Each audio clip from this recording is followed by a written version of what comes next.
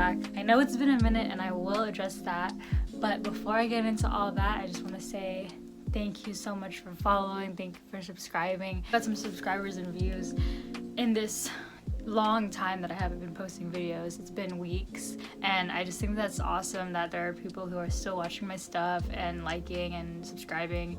So if you're watching this right now and you like what I'm doing, you've seen some of my other stuff and you want to keep supporting, the best way you can do that is like, subscribe. So today's video is going to be super special. I have paired up with this amazing girl on Instagram. This is her and her YouTube, so her video will actually be linked below and her channel and all that. But we decided to send each other vintage, just a random vintage that we had, because both of us have like a ton of vintage, and we decided to send each other a piece, and then each of us is going to upcycle each other's piece, if that makes sense. So she sent me a piece and I sent her a piece, and we're going to upcycle them. At the end of this video, I'm going to try it on today. I actually haven't even tried it on yet.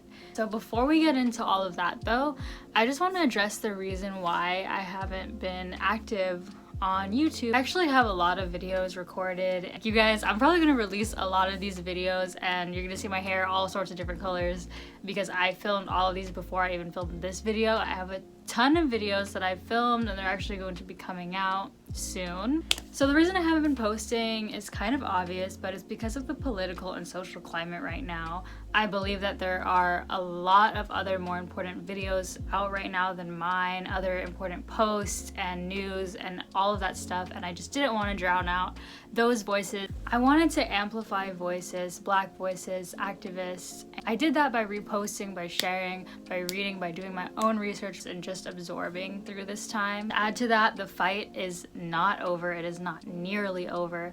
I'm still signing petitions, I'm still reposting, I'm still donating, and I believe that it's really, really important to not let it die down. It's a movement. It needs to keep going until we get the justice that is deserved. As a non-Black woman, I could never understand the struggles that my boyfriend, my friends, my loved ones face on a daily basis. No one should be afraid to go on a run, to go on a bike ride, to go drive their car. No one should be afraid to lose their baby every day.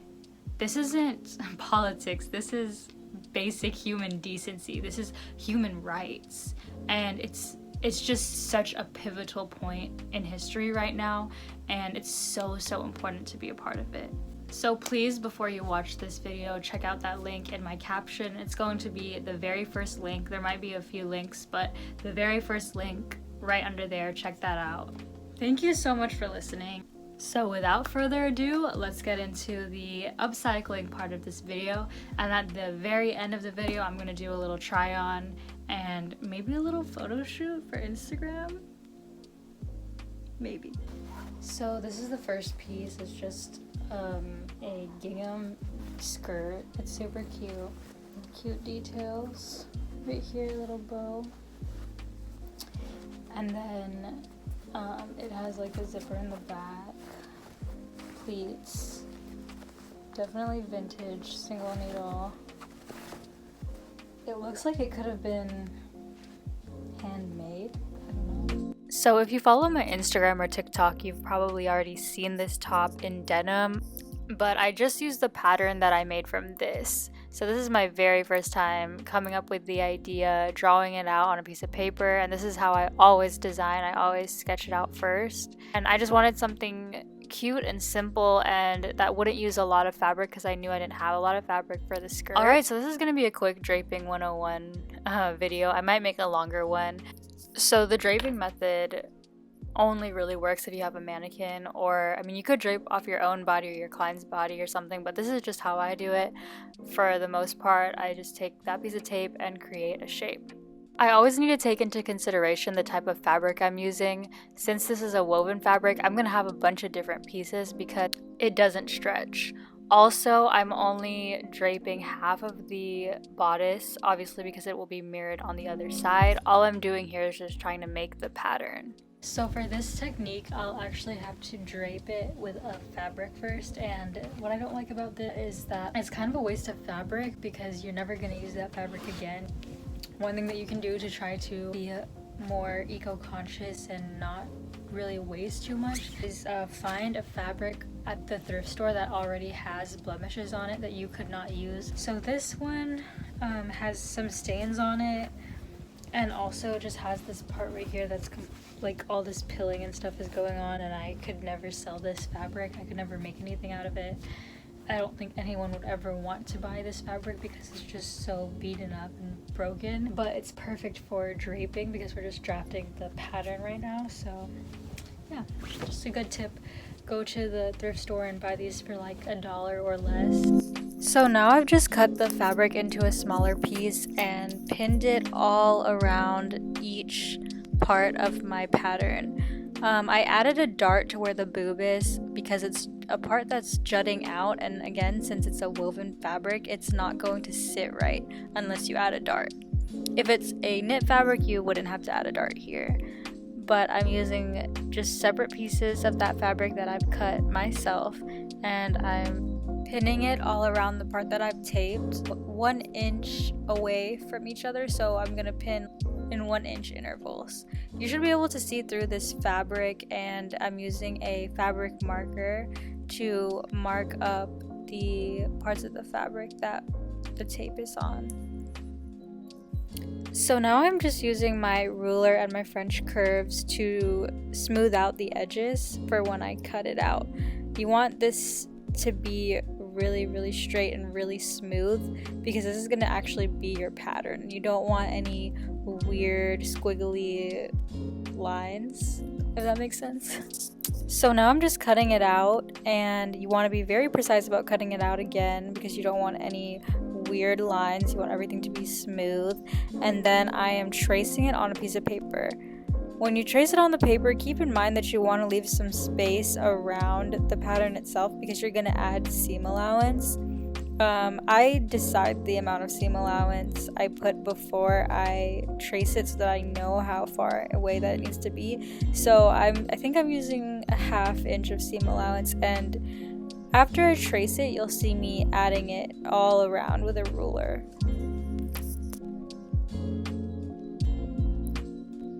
So this part's pretty easy. I'm just adding the seam allowance all the way around, just using the ruler to create a 1/2 inch of seam allowance. And you can actually do this on curved parts by just moving the ruler a lot more than you would if it's a straight part. Just guiding the ruler throughout the whole thing, and then obviously smoothing out the edges. Now I have the skirt, and I wanted to make it as straight as possible, but then also like curve just the edges so that it still looks like a swooping skirt. Then I cut out the pattern, and this is just a regular pattern now at this point. I'm just going to cut it out of the fabric just like you would any other pattern. I put weights. I'm using these little paints. I've been using these tiny little paints for a while now. They're just so convenient and perfect for this for some reason. But what I'm doing is making sure that I'm putting it together. It's kind of like a puzzle pretty much, and everything's cut too, since I said it's going to be mirrored. So I'm actually cutting out 2 layers of fabric here. So I had some white cotton laying around from masks my mom made a few weeks back, and I'm using them as lining. So these are actually 2 layers of each. So it's a 6-piece pattern, but then I'm 6 more linings, so that brings it to a 12-piece pattern. I'm gonna try to speed through the sewing part, but basically I start with the darts and then I sew each piece. There's 6 pieces. I'll sew them the front 2 pieces together, and then the back piece I'm gonna attach to the lining separately. Alright, so after you do the darts, then you're just gonna connect this piece. This is embarrassing. I accidentally made it slow-mo, so enjoy that. But basically you got what I meant. I attached the top piece to the bottom piece, and then these are all of my sewn pieces now, and I haven't attached the lining yet, but I'm about to right now. I ironed out the seams to make it straight because they were kind of jutting out, and now I'm sewing the seams down for a cleaner look. So this is what it looks like, all ironed, all sewn down. The seams look a lot cleaner, and now I'm ready to attach the lining with the fabric. Actually, except for right here. So I'm gonna sew like all the way around down here, and then just miss this part right here, leave it open. And then when I'm done, I'm gonna flip it, invert it, and you'll see what I mean. I put it through my serger for an interlock stitch. This stitch is just a lot stronger and it'll stay longer, but you can definitely come up with another stitch to put this on your regular sewing machine if you don't have a serger. And I'm just flipping it inside out like a pillow to create that seamless effect. There's no seams, visible seams on the inside now, so it just looks very clean, which I like. Again, with the ironing, this is really such a crucial part of sewing, just continuously ironing. The pillow thing made it poofy like a pillow, so I'm just ironing it flat, and then I'm going to sew all the way around it to create another seam that will hold it all down and make it nice and flat and again clean. That's really just what I'm achieving in this look. Since it's pretty simple, I want it to be very clean and look just very presentable and very expensive, because it is. I mean, there was a lot of work that went into it. So this is pretty common for draping. My fabrics didn't line up exactly perfectly, but that's fine. I could just cut it off. It's just because when you're draping, things tend to move a lot, and you can always adjust the pattern after. So now I am finally attaching the front two pieces to the back piece. And I am doing the same thing, folding it over and adding another seam to create another seamless effect. So I was lucky enough to have enough fabric left over to create the collar that I wanted to make. So I just cut it off from the hem actually, and then interlock stitched the raw hem part of it, folded it in half, and then did the same kind of pillow thing that I did earlier where I just flipped it inside out and then added a seam. I hope that made sense. But basically it's just two pieces of fabrics put together and the seam hidden away, like a French seam.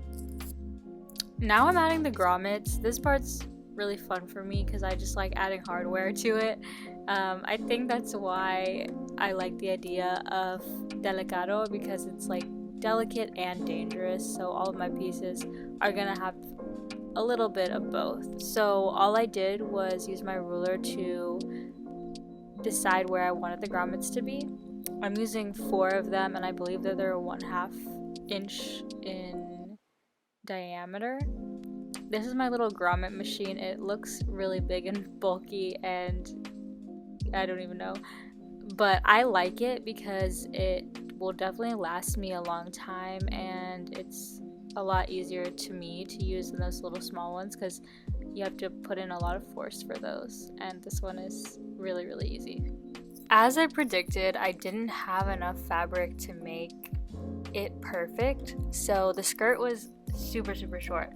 I found this gorgeous vintage silk lingerie skirt, and it was in really good condition, so I decided to use it for the lining underneath. And I've done something like this before for a few of my other pieces, but I thought that this would be a perfect look for this piece since it's so dainty and delicate, just like this silk skirt. So now I'm adding it to the actual skirt as a underlining, a visible underlining, and it's also going to add that extra length that we all need because it's way too short.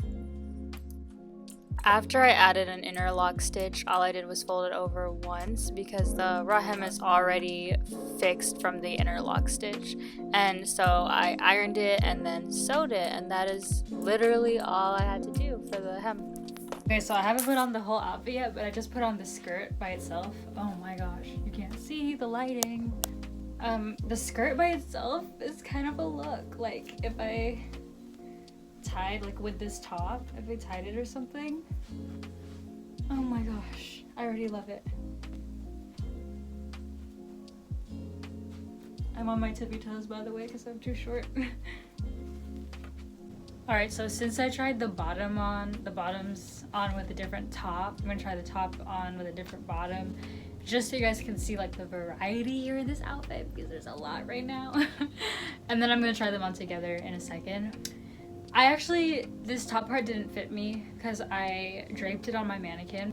This part right here was too wide for me. Coming closer right here, you can see that I added elastic. And I actually didn't film that part, but the way that I added elastic, and the way you can always add elastic, is just stretch the elastic while keeping the fabric underneath not stretched, and then sew over it. I could do a whole tutorial on this, but it adds this like cute ruching effect while also giving it some stretch. So like, as you can see, there's like elastic under there.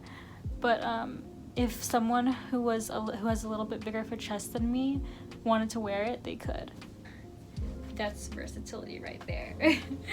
I really like this top alone too. I think it has some really good support because of the way that I added the seam under here and the way that it just kind of like pushes up. Also, there's lining, which makes this sturdier, which also gives that extra support. Originally, I added the grommets to the sides because I wanted these sides to kind of come together and make a shape like this. But when I'm wearing it out like this, I kind of like that it's open. I like that it looks cool and like just really chill. But maybe when I sell it, I'll add like another tie that you can tie these together. I don't know, but I like it open and I think it's super cute.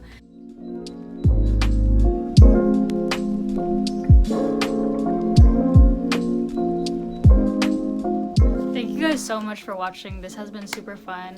I would definitely love to do this again with her, and if anybody else wants to do this with me, I think this is just the funnest thing ever. So if you liked this video, definitely give me a like. If you want to see her video, it's going to be linked below.